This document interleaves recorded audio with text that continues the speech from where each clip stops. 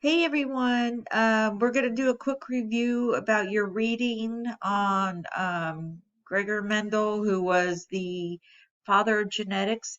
And in that reading, he talked about true breeding versus crossbreeding. And what that is true breeding is a plant is self-pollinating itself, right? So it's going to create exact copies of itself, right? And crossbreeding is when we're breeding two different plants together. So we'll get the pollen from one plant and then pollinate the other plant. So that's crossbreeding. And these guys are going to look different. True breeding, they're always going to look the same. Crossbreeding, you're going to see there's different changes in there. Okay, then we have traits. And traits are specific characteristics of organisms.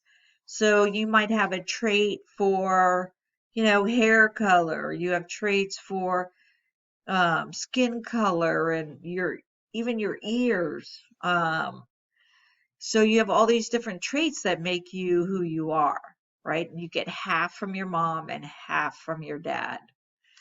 Okay, the next one that he talked about is hybrids. And hybrids really have to do uh, with crossbreeding, right? So that it doesn't look exactly the same, right? We've taken some from mom, some from dad, and then we've crossbreeded those two, like in plants, right? And those would be called hybrids. Um, so next we have alleles, and we're going to go over this more in detail, but these are some of the things that were mentioned in our reading, just to bring that up. So alleles are different traits or forms of a gene. So like if I said, hey, uh, let's talk about hair color. Well, the allele for mom might be that blonde hair, and the allele from dad might be that brown hair. So they're both for hair color, but they're different, right? One's blonde and one's brown. Okay, then we have the P generation, the F1 generation, and the F2 generation. And the P generation is the original two plants, right? So they're going to be crossed together, and their offspring are our F1 generation. And then once the offspring are mixed, right, and they have offspring, that's going to be the F2 generation. So we're going to get more in detail so you learn that more. Okay.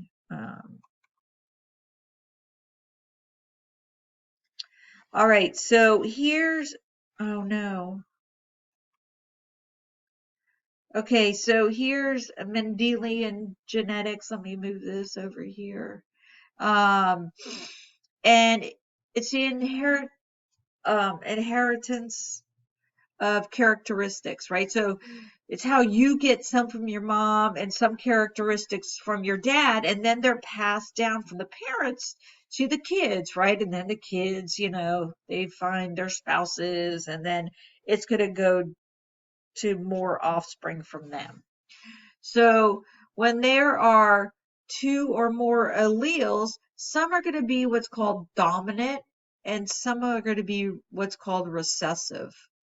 So dominant alleles are going to be shown, right? So you'll see them.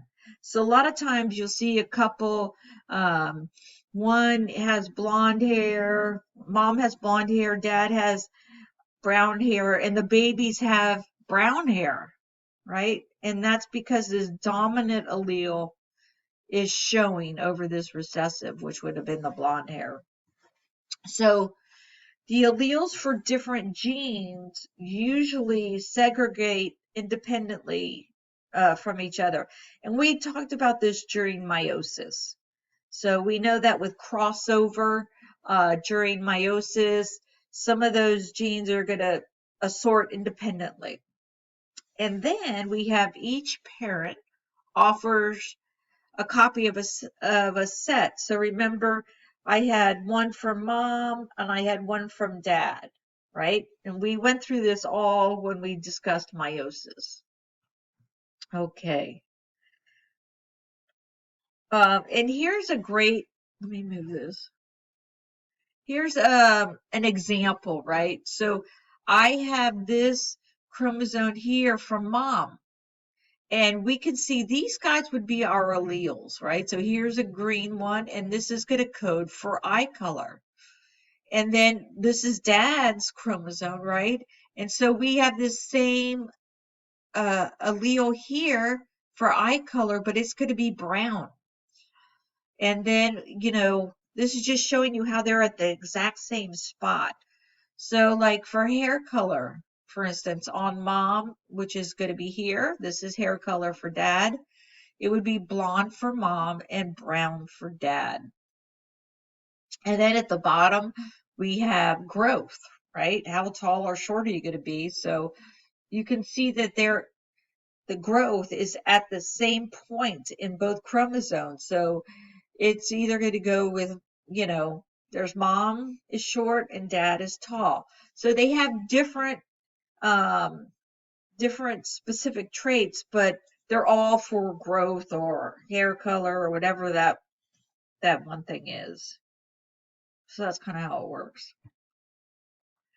Okay, so now we're going to fill in our vocabulary. So you should have this in your notes and you should be writing this. So here is our first one, and it is a trait. So we're going to say a trait is an inherited characteristics of an organism. So it's what you inherit from your parents. So if you look at this picture here, this is something that you inherit. You don't really think about it, I'm sure, but your earlobe, whether you have an earlobe or you don't have an earlobe, that's going to be coming from your parents. So I do not have an earlobe. I don't have that dangly one here. And that's a recessive trait. But the one over here where the lobe hangs down, that is a dominant trait. So if your mom had maybe allele for this one, for a detached, and your dad had attached, you might end up with most, 3 out of 4 times you're going to end up with one of these, the detached lobes. Okay, now our next one is heredity. And what this is the passing of traits from parent to offspring. So if we look at these two pictures here, or this one picture here, we see mom, well, that's mom, and dad, right? So if you look closely at the offspring, we can see that the child has dad's skin color. She has mom's hair, and she has dad's nose. See how his nose, hers is just a pointy nose. So you can see different things were recessive and certain things were dominant, like her hair color is brown. And I guess the trait for the nose is a dominant trait as well. So you can kind of see, oh, I inherited that from mom, or I inherited that from dad, or grandpa, or grandma. So these are inheritance. So genetics is the study of how these traits are passed down. So how we get our traits from our parents. Okay, so the next one is gene. And gene is a segment of DNA that determines a particular trait. So we've learned this through when we've done our, DNA, we studied DNA, and also when we went through protein synthesis, we studied that this, like that section, remember the section that's being coded for protein synthesis? And that's going to eventually code for a trait. And here we have genotype, and hold on, genotype is the letter combination that makes up a trait. Okay, so when we looked at those two chromosomes, right? I said, oh, here's the green and here's the green for mom and the green for dad. Okay, putting those together, like if you look at this little thing here, maybe little a is for blonde hair, and big A, little a, this is going to code for probably brown hair. But these letters are the genotype. Just the letters. Think of genes. It's the genotype. And then the phenotype is the observed trait of an individual. For example, blue eyes, or in this case, cherries, right? If you look at the bottom here, my phenotype is actually what it looks like, right? So I have red cherries, I have yellow cherries, I have red cherries, and then my genotype from here is going to be, in this instance, capital A, capital A. This one for yellow is going to be little a, and this is going to be big A, little a. So what it looks like is the phenotype, and the ones that have just the letters is the genotype.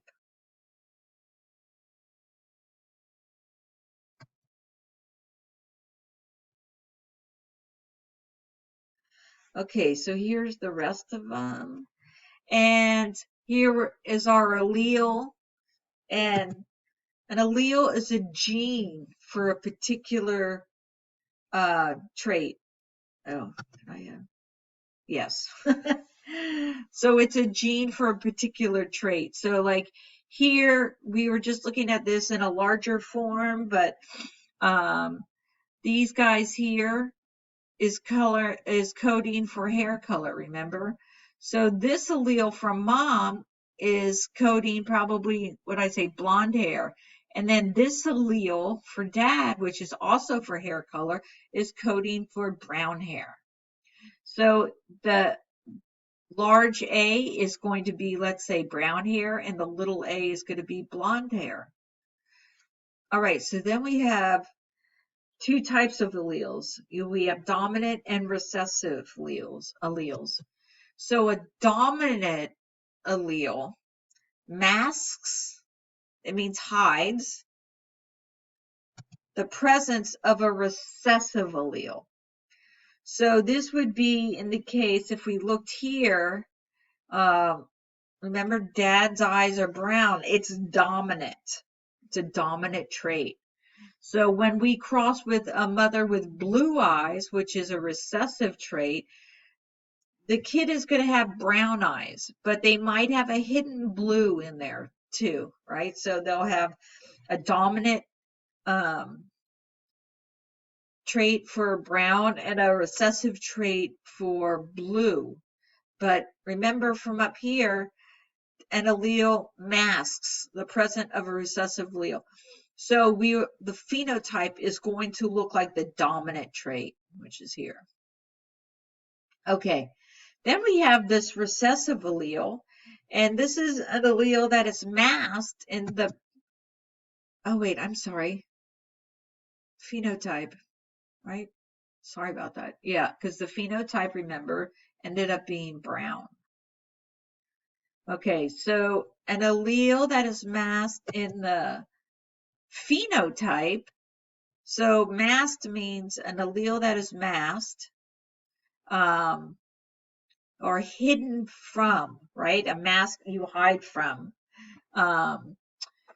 is masked from the phenotype. And remember, the phenotype is what it looks like by the presence of a dominant allele. Okay, so a recessive allele is an allele that is masked in the phenotype Pheno meaning you can see it by the presence of a dominant allele. So if we look here, this example here, remember, mom's blue eyes is recessive because it's not here, right? With the child, it's masked by the phenotype of the dominant allele. Okay. Then homozygous, homo, is two copies of the same allele. So homo means the same. Okay, so it would be either big A, or little a. So it would never be big A, little a. So they're always going to be exactly the same. It could be big C, little c, you know, big Z, little z, but they're always going to be the same. Where in heterozygous, there are two different copies of an allele. So this would make it either, you know, it'd be a big and a little, right? So big A, big H, little h, whatever the letter that we're using to represent that trait. So it has two different copies of an allele. Alrighty, isn't this little thing cute? There it goes.